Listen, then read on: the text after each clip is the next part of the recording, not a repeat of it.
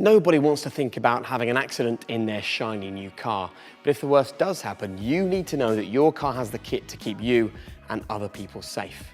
And with a 4-star Euro NCAP rating, the all-new Kona from Hyundai has just that. As standard, you've got driver attention alert telling you when to take a break when you're on a long journey. There's also something called lane keep assist, which gives you steering input to keep you in your lane during your journey. And there's also hill start and downhill brake control, which means the car will actually help to control itself when you're heading downhill, allowing you to focus on the steering.